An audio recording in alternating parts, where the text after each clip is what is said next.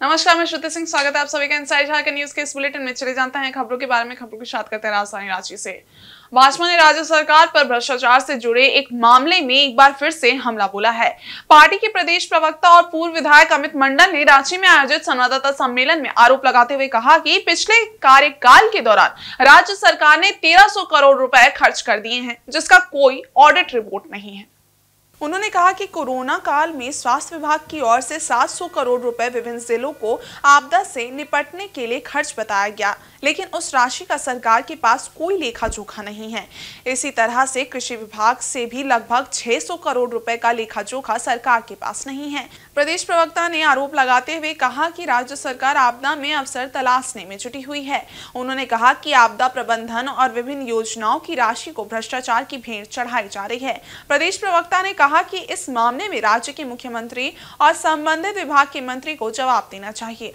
आज आपके माध्यम से जनता को ये बताना चाह रहा है कि 1300 करोड़ रुपए का जवाब मांगने का समय इस सरकार से आ गया है और ये जनता का पैसा जो सरकार ढका गई है और उसके लिए सरकार एक बार भी अपने तरफ से स्टेटमेंट नहीं दे रही है। तो क्या मंत्री को अपना जो फेसबुक और सोशल मीडिया के माध्यम से आप अपने आप को बहुत ज्यादा एक्टिव दिखाने का जो प्रयास कर रहे हैं वो क्या सही में हो रहा है या कहीं धरातल में कुछ ना कुछ आपका मैसेज है? और दुर्भाग्य कहिए कि स्वास्थ्य मंत्रालय और आपदा मंत्रालय एक ही व्यक्ति के अधीन आता है, जिसको आप फेसबुक और सोशल मीडिया में तो एक्टिव देखते हैं, लेकिन धरातल में कोई काम हो रहा है कि नहीं हो रहा है, ये सबसे बड़ा प्रश्न चिन्ह है। इसलिए मैं आग्रह करूंगा कि विभाग के मंत्री इस चीज पर जवाब दें, मुख्यमंत्री इस चीज पर जवाब दें। रांची के एक निजी होटल के सभागार में मंगलवार को वन, पर्यावरण एवं जलवायु परिवर्तन विभाग के द्वारा एक कार्यशाला का आयोजन किया गया। इस कार्यशाला में विभिन्न जगहों के पर्यावरणविद और इस क्षेत्र में काम करने वाले विशेषज्ञ उपस्थित थे। कार्यशाला की शुरुआत झारखंड सरकार के वन, पर्यावरण और जलवायु परिवर्तन विभाग के सचिव अबू बकर सिद्दीकी ने दीप प्रज्वलित कर किया। कार्यशाला में विशेष तौर पर भूगोल और समृद्ध जैव विविधताओं के साथ जलवायु संवेदनशील क्षेत्र पर निर्भरता के कारण त्रिभुज जलवायु वैधता का सामान एवं जलवायु परिवर्तन के प्रति संवेदनशीलता विषय पर विशेष तौर पर चर्चा की गई। इसमें उपस्थित संबंधित विभागीय सचिव ने कहा कि जलवायु परिवर्तन के विभिन्न कारकों को किस प्रकार से कम किया जाए, इस विषय को लेकर इस कार्यशाला में चर्चा की जा रही है। साथ ही जलवायु परिवर्तन में जो भी कारक सामने आ रहे हैं उससे संबंधित विभाग को कैसे सचेत किया जाए, इस पर भी विचार विमर्श किया जा रहा है। एक बड़ा चैलेंज है, इसमें किसी को कोई डाउट नहीं है। इसको मिटिगेट करना, इसको टेक केयर करना हमारा जवाबदेही है। तो राज्य सरकार इसके लिए सारा प्रयास करेंगे। तो इसी के कॉन्टेस्ट में एक action plan, state action plan बनाकर हमने भारत सरकार को समर्पित किया गया है। इसमें हमारा जो फ्लोरा फौना, हमारा बायोडाइवर्सिटी, उसको कैसे बचा के रखें, उसका कई तरह के एक्टिविटीज, एक हमारा जो एग्जिस्टिंग फॉरेस्ट को कैसे देखभाल करना और जहाँ पे डिग्रेडेशन हो रहा है उसको कैसे और एनरिच करना। और रांची स्थित प्रदेश भाजपा कार्यालय में मंगलवार को सदस्यता ग्रहण समारोह का आयोजन किया गया। पार्टी के प्रदेश अध्यक्ष बाबूलाल मरांडी की अध्यक्षता में आयोजित इस समारोह में लोहरदगा के जिला परिषद सदस्य अपने समर्थकों के साथ लोक हित अधिकार पार्टी छोड़कर बीजेपी में शामिल हुए। सदस्यता ग्रहण समारोह को संबोधित करते हुए प्रदेश अध्यक्ष बाबूलाल मरांडी ने कहा कि देश और विश्व की सबसे बड़ी राजनीतिक पार्टी में नए सदस्यों का स्वागत है। उन्होंने कहा कि झारखंड में विधानसभा चुनाव होने के कारण संगठन पर्व में थोड़ी विलंब हुई है। इस महीने के आखिरी तक संगठन पर्व के माध्यम से अधिक लोगों को भाजपा से जोड़ने का प्रयास किया जाएगा। प्रदेश अध्यक्ष ने राज्य में चल रहे भ्रष्टाचार से जुड़े मामले का जिक्र करते हुए कहा कि स्थिति ऐसी बदतर हो गई है कि स्कूली बच्चों से सरकारी साइकिल देने के बदले में 400 रुपए नगद डिमांड की जा रही है। तो आज भारतीय जनता पार्टी दुनिया की सबसे बड़ी पार्टी है। 12.5 करोड़, आप कल्पना कर सकते हो, उससे भी अधिक। और झारखंड प्रदेश में जो कि चुनाव होने के कारण यहाँ विलंब से सदस्यता अभियान प्रारंभ हुआ है, तो इस कारण से थोड़ा सा विलंब से चल रहा है, लेकिन तब भी अब इस माह के आखिरी तक हम सब लोग इस अभियान को चलाएंगे और पार्टी जोर शोर से इस अभियान में कार्यकर्ता लगे हुए हैं।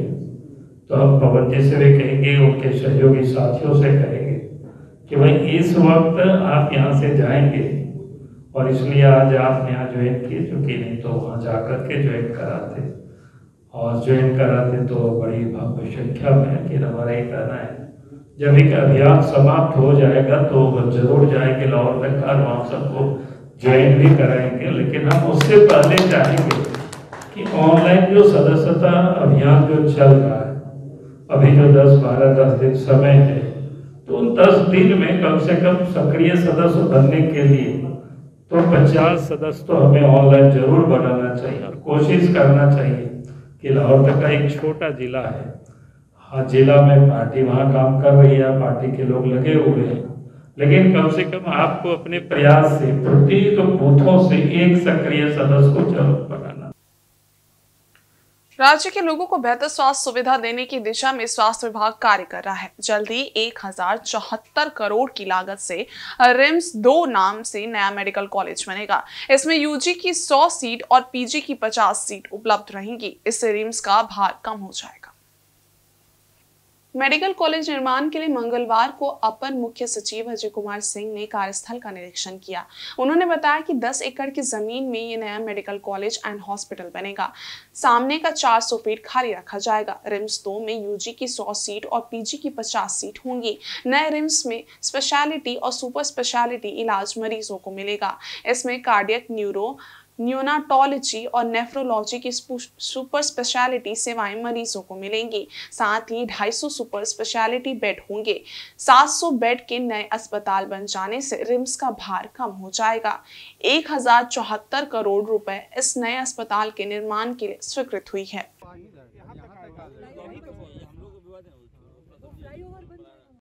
देखिए, यहाँ पे जो मेडिकल कॉलेज बनना है उसके लिए हम लोगों ने ज़मीन देखा है। यहाँ पे कुल 110 एकड़ के लगभग ज़मीन यहाँ पर है, और ये बिल्कुल सामने का जो 400 फीट है ये खाली हम लोग छोड़ेंगे। इस मेडिकल कॉलेज में जो है वो करीब 700 बेड का मेडिकल कॉलेज होगा, जिसमें 100 यूजी के सीट्स होंगे, 50 पीजी के सीट्स होंगे और सुपर स्पेशलिटी के सीट्स होंगे। और यहाँ पे जो इलाज है वो स्पेशलिटी के अलावा सुपर स्पेशलिटी का भी हम लोगों ने कहा है कि जो कार्डियक है, न्यूरो है और नियोनेटल का होता है वो, और नेफ्रो का 4 सुपर स्पेशलिटी के लिए होगा। करीब 200 से 250 बेड का सुपर स्पेशलिटी बेड्स होंगे यहाँ पे, और बाकी जो नॉर्मल बेड्स होते हैं वो होंगे। तो ये 700 बेड का जब हॉस्पिटल बनेगा तो रिम्स के ऊपर जो भार आ रहा है, और वहाँ पे आए दिन हमको देखने में आ रहा है कि भीड़ लगी हुई है, इमरजेंसी में बेड्स नहीं मिल रहे हैं, तो वो सारे बेड्स यहाँ अवेलेबल हो जाएंगे। और यहाँ भी सभी तरह के डॉक्टर्स हैं। सर, इंफ्रास्ट्रक्चर पर क्या? इस पर स्वास्थ्य मंत्री डॉक्टर इरफान अंसारी ने कहा कि झारखंड वासियों को आजादी के बाद पहली बार रिम्स 2 की सौगात हेमंत सोरेन की सरकार देने जा रही है। रिम्स 1 में मरीजों का भार बढ़ा हुआ है, कई तरह की समस्याएं आ रही हैं। नए रूप में से रिम्स 2 बनाया जाएगा। आज जमीन का सर्वे किया गया है। राज्य में एक डॉक्टर मिनिस्टर बने हैं तो लोगों को बेहतर स्वास्थ्य सुविधा मिलेगी। हेमंत सरकार जनता को बेहतर स्वास्थ्य की गारंटी देती है।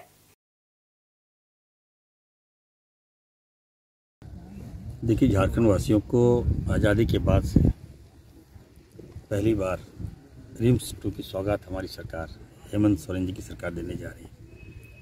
आए दिन आपने देखा होगा कि रिम्स 1 में जो काफ़ी लोड पेशेंट और तरह तरह की बातें सामने आ रही थी, समस्याएं सामने आ रही थी, पेशेंट को दिक्कत हो रहा था क्योंकि लोड ज़्यादा हो गया था, कैपेसिटी कम है, लोड ज़्यादा हो गया। तो इसको देखते हुए माननीय मुख्यमंत्री जी का निर्देश था कि एक और रिम्स 2 बनाओ। तो इसको लेकर हम लोगों ने काफ़ी होमवर्क किया, और हमारे जो सेक्रेटरी साहब हैं काफ़ी गंभीर हैं, विभाग के तमाम पदाधिकारी काफ़ी गंभीर हैं। हम लोग आए, बिल्डिंग के सेक्रेटरी को भी हम लोगों ने बुलाया, चीफ इंजीनियर को भी हम लोगों ने यहाँ पे बुलाया और सर्वे किया, और बहुत जल्द झारखंड वासियों को रिम्स 2 की सौगात हम लोग देने जा रहे हैं। और ये सपना भी था हमारा राज्य को, जब एक डॉक्टर मिनिस्टर बना है तो आए दिन मैंने कहा है कि मुझे सपोर्ट करें आप लोग। बहरहाल रिम्स 2 के नाम से अस्पताल के बन जाने से मरीजों को बेहतर स्वास्थ्य सुविधा मिलेगी। रिम्स का भार भी कम हो जाएगा। इसमें न सिर्फ झारखंड बल्कि पड़ोसी राज्यों के मरीज भी यहां इलाज के लिए आ सकेंगे। स्वास्थ्य के क्षेत्र में हम एक क्रांति लाएं, उसमें हम लोग सफल होने जा रहे हैं। हम तमाम लोगों से आग्रह करेंगे कि हर चीज़ में राजनीतिक ना हो, हमको सपोर्ट करें आप लोग। और सपोर्ट करेंगे तो अच्छा काम आप लोग को देखने को मिलेगा। आए दिन आप लोग देखते होंगे मीडिया में ये वो ऐसा हो गया वैसा हो गया, बॉडी बेड। चलिए आप बेहतर कर रहे हैं सर, तो हम लेआउट बनाने।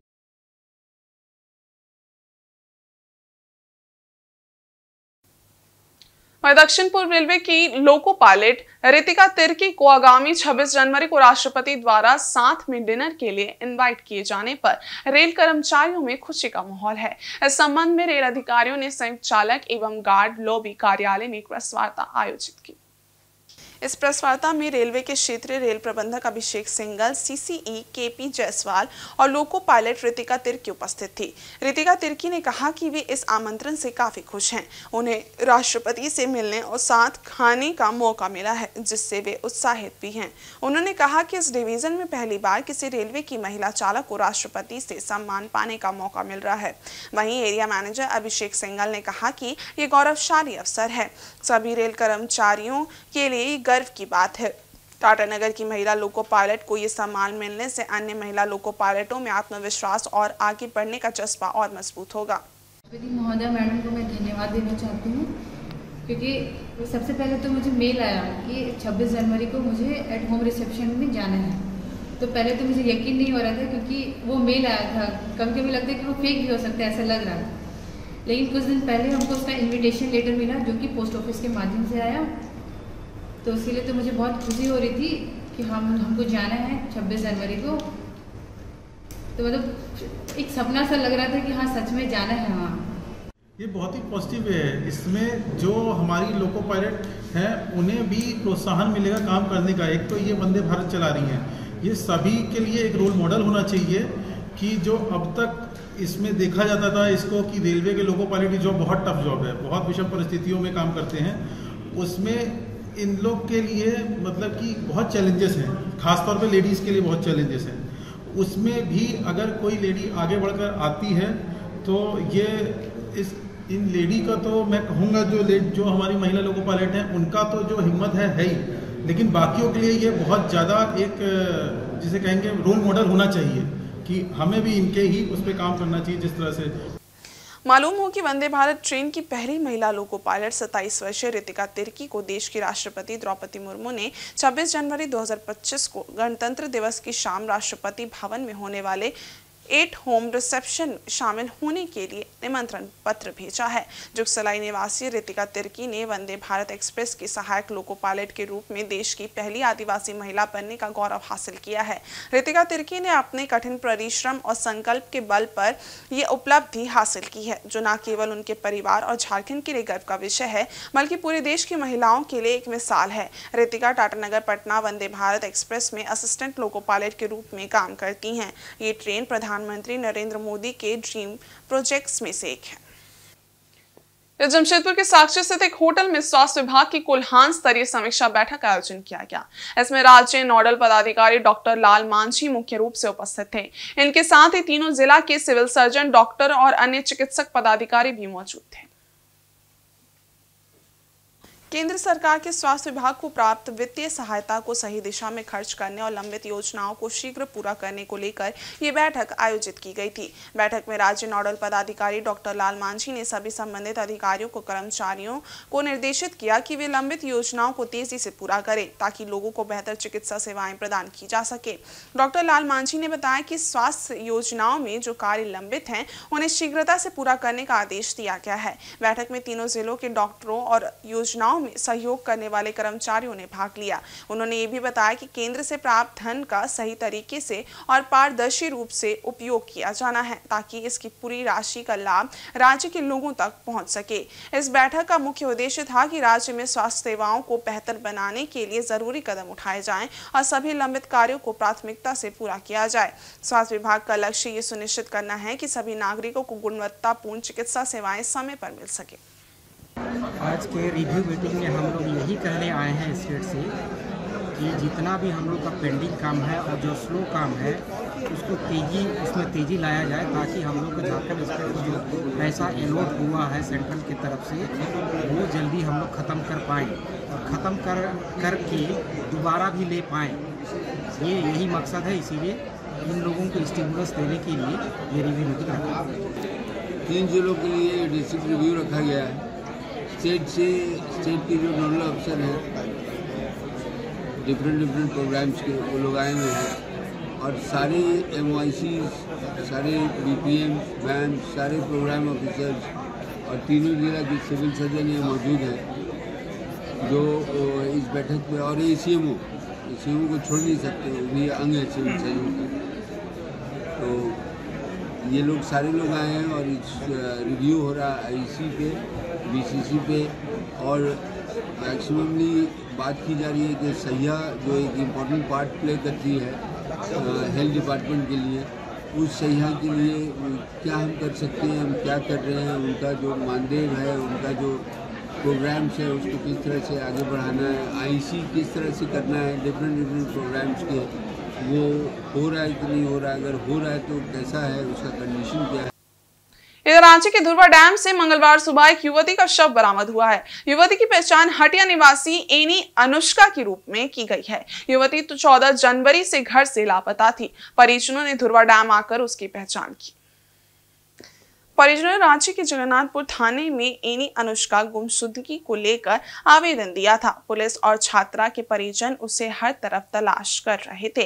इसी बीच मंगलवार की सुबह रांची के नगरी पुलिस को स्थानीय लोगों ने सूचना दी कि धुर्वा डैम में एक युवती का शव मिला है। स्थानीय गोताखोरों के द्वारा पुलिस ने शव को बाहर निकाला, जिसकी पहचान एनी अनुष्का के रूप में हुई। पुलिस हर बिंदु पर जांच कर रही है।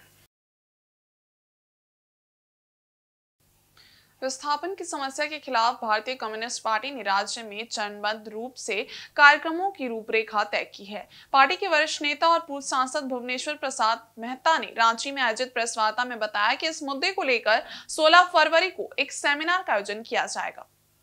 उन्होंने बताया कि इस संबंध में पार्टी के पदाधिकारियों की आज एक महत्वपूर्ण बैठक भी हुई है। पूर्व सांसद ने कहा कि राज्य में लगभग 45 लाख लोगों का विस्थापन हुआ है, जबकि प्रभावितों की संख्या 1 करोड़ तक है। विस्थापन और अदानी कंपनी को दिए गए कॉल ब्लॉक को रद्द करने समेत अन्य मुद्दों को लेकर विधानसभा के बजट सत्र के दौरान 24 मार्च को भारतीय कम्युनिस्ट पार्टी विधानसभा मार्च करेगी। कार्यक्रम में राज्य के 24 जिलों से आए लगभग 50,000 लोग शामिल होंगे। एक प्रश्न के उत्तर में भुवनेश्वर प्रसाद मेहता ने कहा कि वर्ष 2019 में विस्थापन आयोग का गठन करने की बात करने वाले हेमंत सोरेन दोबारा मुख्यमंत्री बने, लेकिन इस दिशा में आज तक कदम नहीं बढ़ा रहे हैं। इस बैठक की अध्यक्षता पुष्कर महतो ने किया। हम लोग का है कि ये पूरी राज्य में विस्थापन से लोग तंग और तबाह। अभी तक 45 लाख लोगों का विस्थापन हो चुका है और प्रभावित को ले लीजिए तो 1 करोड़ हो जाएगा। हम लोगों ने आज तय किया है कि विस्थापन को लेकर के पूरे राज्य में हम अनवरत आंदोलन चलाएंगे, धारदार आंदोलन चलाएंगे। इसके लिए 16 फरवरी को एक सेमिनार करेंगे रांची में और 24 मार्च को हम गुंदरपुरा में जो अडानी को कोल ब्लॉक मिला है उसको रद्द करने के सवाल पर ये गर्मजूआ जमीन जो भूमि बैंक में डाला गया है उसको रद्द करके तमाम जो गर्मजूआ जमीन का रसीद कटना रुका हुआ है उसको चालू करने के सवाल पर, इन तमाम सवालों को लेकर के हम 24 मार्च को जब विधानसभा चलता रहेगा 24 मार्च को विधानसभा मार्च करेंगे। वहीं सरायकेला के अग्रसेन ठाकुरबाड़ी भवन धर्मशाला में मंगलवार को सम्मान समारोह का आयोजन किया गया। इस दौरान भारतीय संस्कृति ज्ञान परीक्षा में उत्कृष्ट प्रदर्शन करने वाले छात्रों को मंगलवार को सम्मानित किया गया। जिला स्तरीय पुरस्कार वितरण समारोह में जिले के विभिन्न प्रखंडों से छात्रों ने भाग लिया। कार्यक्रम में गायत्री परिवार के स्टेट हेड तारा चंद अग्रवाल मुख्य अतिथि के रूप में उपस्थित थे। उन्होंने पुरस्कार प्राप्त करने वाले छात्रों को बधाई दी और भारतीय संस्कृति की गहराई और ज्ञान की महत्ता पर प्रकाश डाला। कार्यक्रम का संचालन शंभू अग्रवाल द्वारा किया गया। इस अवसर पर छात्रों को प्रेरित करते हुए उन्होंने कहा कि भारतीय संस्कृति के मूल्यों को आत्मसात करना और आगे बढ़ाना प्रत्येक युवा का दायित्व है। कार्यक्रम के दौरान पहले, दूसरे और तीसरे स्थान पर आने वाले छात्रों को विशेष रूप से पुरस्कृत किया गया।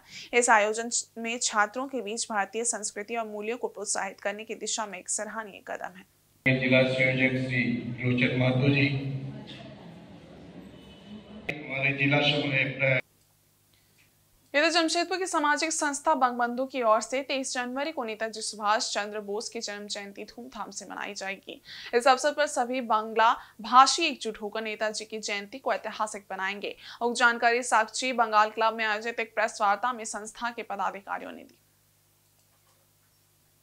संस्था के पदाधिकारियों ने बताया कि 23 जनवरी को सुबह संस्था के चारों जोन से महिलाएं, बच्चे और पुरुष एकत्र होकर साक्षी पहुंचेंगे। साक्षी आई हॉस्पिटल से एक विशाल झांकी निकाली जाएगी। इसमें महिलाएं और बच्चे देशभक्ति गीतों पर नृत्य करते हुए साक्षी नेताजी सुभाष मैदान तक पहुंचेंगे। झांकी के दौरान देशभक्ति के माहौल को और भी प्रेरणादायक बनाने के लिए विभिन्न सांस्कृतिक झलकियां प्रस्तुत की जाएंगी।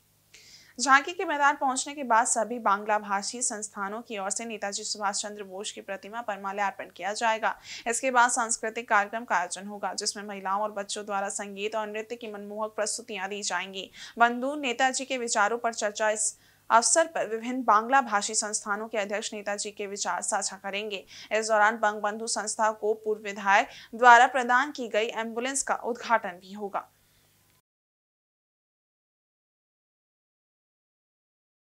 संस्था के मैं अध्यक्ष हूँ अपर्णा गुहा, और बंगबंधु सामाजिक संस्था हर साल के भांति इस साल भी सुभाष चंद्र बोस के जन्म जयंती के शुभ अवसर पर बहुत सुंदर और बहुत धूमधाम से मनाएंगे। जैसे कि हर साल हमारे परसुडी अंचल से निकलती, जैसे झांकी निकलती परसुडी अंचल से निकलेगी, वहाँ पर महिलाएं हारमोनियम लेके जो अपना संगीत प्रस्तुत और कुछ बच्चियां हैं, वहाँ पर भी एक छोटा सा कार्यक्रम रखा गया।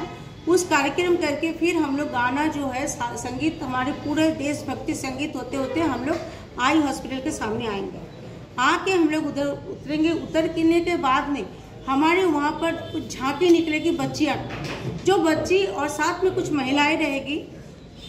झांकी ऐसी इस टाइप की होगी जिस दोनों तरफ से दोनों बच्चियाँ डांस करते रहेगी और बीच में भी कुछ महिलाएं रहेगी। उसके बाद में हम लोग पदयात्रा करेंगे, जिसमें हमारे संस्था के साथ में बहुत सारे बंगाली क्लब हैं। जैसे हमारे साथ में इस बार समृद्धि ग्रुप जो है वो भी हमारे साथ में जुड़े हैं। साथ में हम लोग का आम बागान जैसे हम लोग पहुंचेंगे, उस समय हमारे वहाँ पर एक छोटी छोटी बच्चियां लोग वहाँ पर नृत्य प्रस्तुत करेगी, जो कि देशभक्ति गानों के साथ में।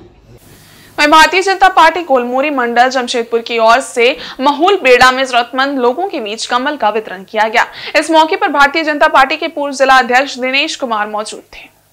सांसद विद्युतवरण महतो के सहयोग से गोलमुरी में एक कार्यक्रम आयोजित किया गया। इस मौके पर भारतीय जनता पार्टी के पूर्व जिला अध्यक्ष दिनेश कुमार ने कहा कि बढ़ रही ठंड को देखते हुए बस्ती के जरूरतमंद लोगों के बीच कंबल का वितरण किया गया है, ताकि सभी को ठंड से बचाया जा सके। भारतीय जनता पार्टी के कार्यकर्ता होने के साथ हमारा दायित्व बनता है कि हम गरीब जरूरतमंदों का ध्यान रखें।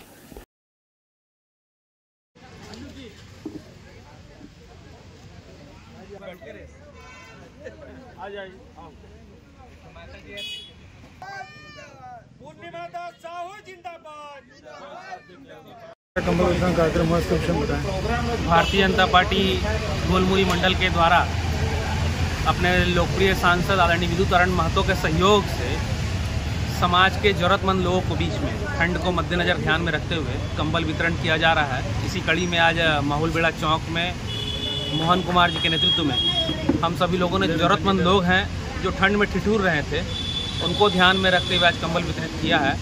और निरंतर भारतीय जनता पार्टी प्रयास कर रही है कि जरूरतमंद लोगों तक पहुंच करके ठंड के मद्देनज़र उनका बचाव हो, उनको सुरक्षित रखा जाए। इस मद्देनज़र कंबल वितरित किया जा रहा है। राज्य सरकार कहीं ना कहीं इस अवसर पर पिछड़ गई है। जब समय था आज तक कंबल राज्य सरकार के माध्यम से शहर पर वितरित नहीं हो पाए, जगह जगह पर जो अलाव जलाने थे वो भी इस बार नहीं हो पाया। तो कहीं ना कहीं राज्य सरकार पिछड़ रही है और भारतीय जनता पार्टी निरंतर प्रयास कर रही है कि आम जनों तक पहुँच करके जरूरतमंद लोग हैं उनको ठंड से राहत दिलाया जाए। स्टील एक्सप्रेस पर पथराव के मामले की जांच आरपीएफ ने शुरू कर दी है। रेलवे ने इसे गंभीरता से लिया है। जो भी इसमें दोषी पाए जाएंगे उसे बख्शा नहीं जाएगा। उक्त बातें टाटानगर के क्षेत्रीय रेल प्रबंधक अभिषेक सिंघल ने कही है। उन्होंने कहा कि रेलवे के कर्मचारियों, आसपास के ग्रामीणों और अन्य लोगों से पूछताछ की जा रही है। जल्द ही दोषियों की पहचान कर ली जाएगी। पथराव के कारणों के संबंध में ARM का कहना था कि ये कोई साजिश के तहत नहीं किया गया। अराजक तत्वों ने अपने मजे के लिए इस घटना को अंजाम दिया है। वहीं पत्रकारों के एक सवाल का जवाब देते हुए उन्होंने कहा कि वंदे भारत या कोई और ऐसी ट्रेनों पर पथराव होने से ये समझा जा सकता था कि लोग अपने लिए ऐसी ट्रेनें चाहते हैं जो हर वर्ग के लिए हो, परंतु स्टील एक्सप्रेस हर आम और खास लोगों के लिए काफी अहम है। स्टील एक्सप्रेस वो ट्रेन है जो टाटानगर से हावड़ा को जोड़ती है। रोजाना इस ट्रेन से सैकड़ों लोग रोजाना आना जाना करते हैं। ऐसे में उस पर पथराव किया जाना उचित नहीं है। मालूम हो कि सोमवार रात हावड़ा टाटा स्टील एक्सप्रेस पर गालुडी और राखा माइंस के बीच असामाजिक तत्वों ने पथराव कर दिया था, जिससे ट्रेन के C2 और D4 कोच में लगे खिड़की के कांच पूरी तरह से क्षतिग्रस्त हो गए थे। हालांकि इसमें राहत की बात यह थी कि कोई हताहत नहीं हुआ था। बैठ देना है क्या?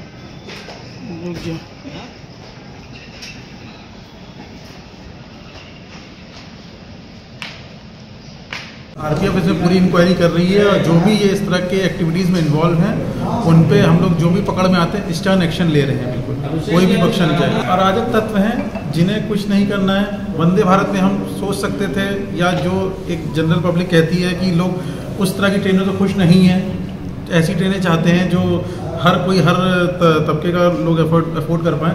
लेकिन स्टील ऐसी ट्रेन है जो अपने जमशेदपुर को डेली हावड़ा जोड़ती है।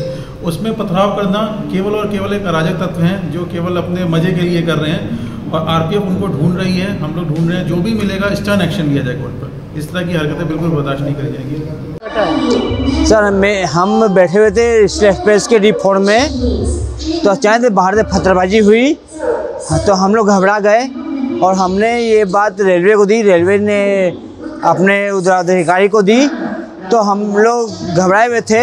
लेकिन उसने देखे पत्थरबाजी और अधिक स्टार्ट हो गई और उसी में हमारी ट्रेन बोगी की कांच टूटनी स्टार्ट हो गई तो हम लोग अधिक डर गए और उसकी सूचना हमने अपने रेलवे पदाधिकारी को दी और उन्होंने, हम लोग स्टील एक्सप्रेस में थे, स्टील एक्सप्रेस की D4 की कांच की बोगी टूटी है और उसी में हम लोग पूरा भयभीत हो गए थे।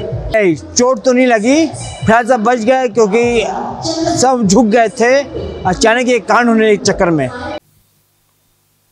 इधर अवैध अफीम की खेती के विनिष्टीकरण एवं रोकथाम के लिए चलाए जा रहे अभियान के तहत खरसावां डाक बंगला सभागार में कोल्हान प्रमंडल स्तरीय समीक्षा बैठक हुई। बैठक की अध्यक्षता प्रमंडलीय आयुक्त हरि कुमार केसरी ने की। इसमें Ranchi zonal IG Akhilesh Jha, Kolhan DIG Manoj Ratan Chothe, DC SP मौजूद थे।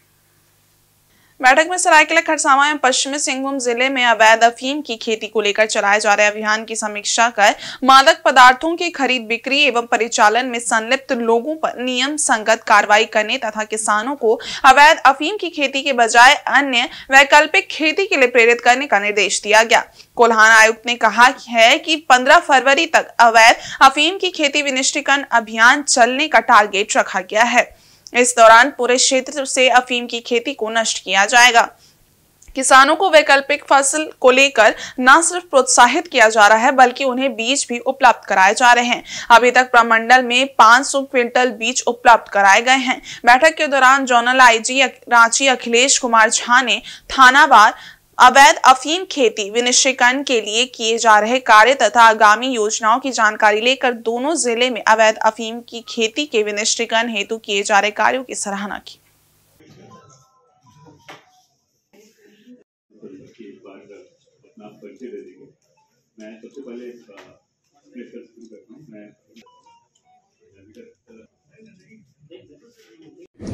बहुत खुशी की बात है कि हमारे DC साहब, SP साहब और हमारे थाना प्रभारी इसमें बहुत काम भी किए हैं और बहुत हद तक इसको आगे का योजना भी बनाया है कि कैसे इसको हम लोग विनिष्टीकरण करेंगे।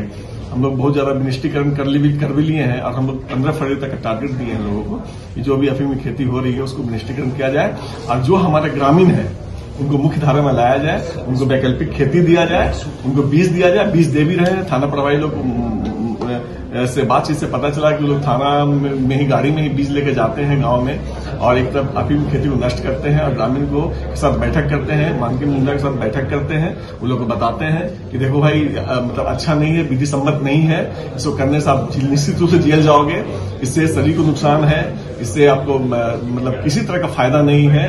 हम लोग जहां नशा मुक्ति को जोड़ दे रहे हैं उस धारा में वापस आइए आप लोग। और जो वैकल्पिक खेती है, अभी सरसों का हम लोग बीज दे रहे हैं, इस पे ध्यान दीजिए। और भी जो भी आप चाहते हैं खेती, हम लोग बीज देंगे।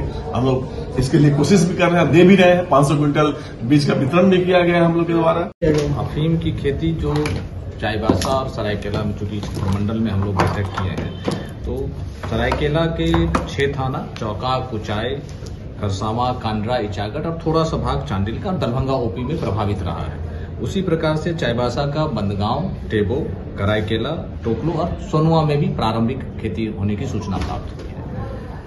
लार्ज स्केल से जैसे कमिश्नर साहब ने बताया कि डिस्ट्रक्शन की कार्रवाई चल रही है और इसमें कम से कम 214 एकड़ से ज्यादा की डिस्ट्रक्शन चाईबासा में हो चुकी है और उसी प्रकार 250 से 300 एकड़ के डिस्ट्रक्शन सरायकेला जिला में हो चुकी है। हम लोगों का जो असेसमेंट, जो एसपी साहब लोगों से बात हुआ और डीसी साहब से बात हुआ है, ऑलमोस्ट 50% डिस्ट्रक्शन की कार्रवाई हम लोगों की कंप्लीट हो चुकी है। शेष 50% में भी पुलिस डिस्ट्रक्शन की कार्रवाई करेगी। जागरूकता अभियान भी हम लोग चला रहे हैं, लोगों से अनुरोध कर रहे हैं, ग्रामीणों से अनुरोध कर रहे हैं, विभिन्न माध्यमों से हम लोग अनुरोध कर रहे हैं कि अफीम की खेती न सिर्फ अवैध है बल्कि इसके दुष्परिणाम भी हैं। यदि लोग उपयोग करने लगेंगे तो आप समझ सकते हैं समाज में क्या इसका परिणाम होगा। कई जगह ये स्टडी में भी पाया गया है कि इससे child bearing capacity of women, महिला की चाइल्ड बेयरिंग कैपेसिटी में कमी आ जाती है। इसके अतिरिक्त भी जो मोर्टालिटी रेट है, मृत्यु की दर है, वो भी ऐसी जगहों पर जहां पर इस प्रकार की खेती होती है वहां कम हो, मतलब ज्यादा होने की संभावना पाई गई है।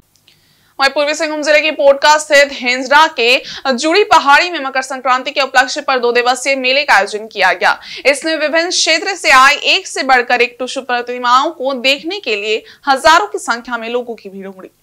इसमें सबसे उत्कृष्ट प्रतिमा को सम्मानित किया गया। मेले का आयोजक सीताराम हेम्ब्रम ने कहा कि आदिवासी संस्कृति में बूढ़ी गाड़ी नृत्य का बहुत बड़ा योगदान है। ये नृत्य लुप्त होता जा रहा है, इसे जिंदा रखने को लेकर मेले में एक विशेष प्रतियोगिता आयोजित की गई जिसमें लोगों ने बढ़ चढ़कर हिस्सा लिया। इस दौरान मेले में मुख्य रूप से सीताराम सोरेन, सोवालाल महाकुड़, ग्राम प्रधान रामरंजन प्रधान आदि मुख्य रूप से उपस्थित थे।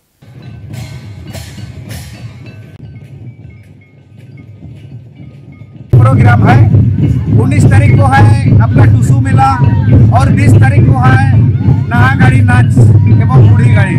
ये हम लोग का मकर संक्रांति का उपलक्ष्य पर ये हम लोग का गांव देहात क्षेत्रों में है।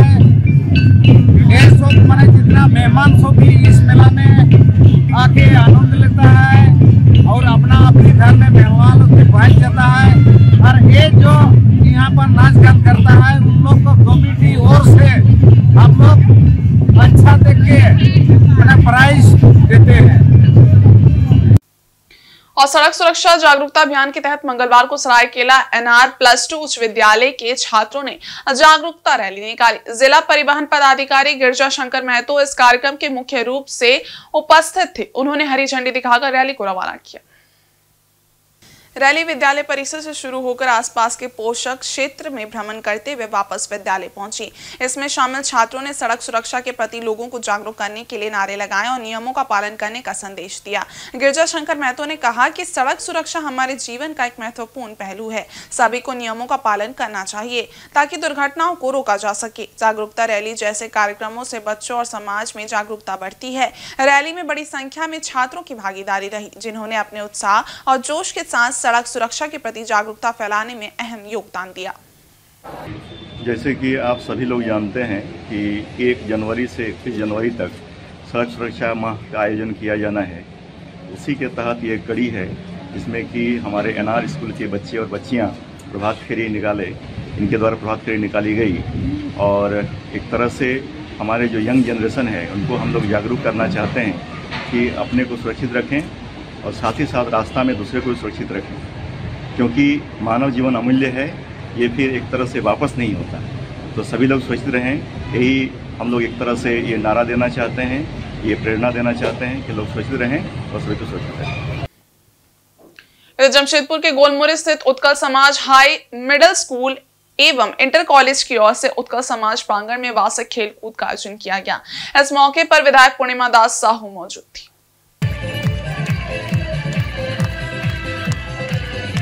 प्रतियोगिता में समाज के बच्चों और युवाओं ने भाग लिया। इस आयोजन का उद्देश्य बच्चों के शारीरिक और मानसिक विकास को प्रोत्साहित करना था। खेल कूद में विभिन्न प्रकार के प्रतियोगिताएं आयोजित की गईं। इन प्रतियोगिताओं में समाज के सदस्यों ने उत्साह के साथ भाग लिया और अपनी खेल कुशलता का प्रदर्शन किया। बच्चों को संबोधित करते हुए पूर्णिमा दास साहू ने कहा कि बच्चों के लिए सिर्फ शैक्षिक सफलता ही नहीं बल्कि मानसिक और शारीरिक विकास भी अत्यंत आवश्यक है। उन्होंने कहा कि बच्चों को स्वस्थ रखना और उनकी शारीरिक क्षमता को बढ़ावा देना उतना ही जरूरी है जितना कि उनकी पढ़ाई। पूर्णिमा दास साहू ने यह भी कहा कि खेलकूद बच्चों के लिए जीवन का अहम हिस्सा होना चाहिए। खेल न केवल शारीरिक स्वास्थ्य को बढ़ावा देता है बल्कि मानसिक विकास में भी मददगार साबित होता है। साथ ही ये बच्चों को टीम वर्क, अनुशासन और समय प्रबंधन जैसे गुण सिखाता है जो उनके भविष्य के लिए बेहद उपयोगी होते हैं। बस यही कहना चाहूंगी कि शिक्षा तो जरूरी है पर शिक्षा के साथ साथ खेल कूद में अन्य गतिविधियों में भी इन्हें हिस्सा लेना चाहिए। बच्चों को जो है पार्टिसिपेट करना चाहिए क्योंकि उनके मस्तिष्क का विकास इससे ही संभव है। और बस अगर चुनौतियां तो हर एक क्षेत्र में होती है, चुनौतियों से डरना नहीं है, समस्याओं से घबराना नहीं है क्योंकि समस्याएं सिर्फ मात्र चरणों की धूल के से बढ़कर और कुछ नहीं। और आज के इस बुलेटिन में बस इतना ही। हम कल फिर हाजिर होंगे कुछ और नई खबरों के साथ। तब तक के लिए देखते रहिए इनसाइड झारखंड न्यूज। धन्यवाद।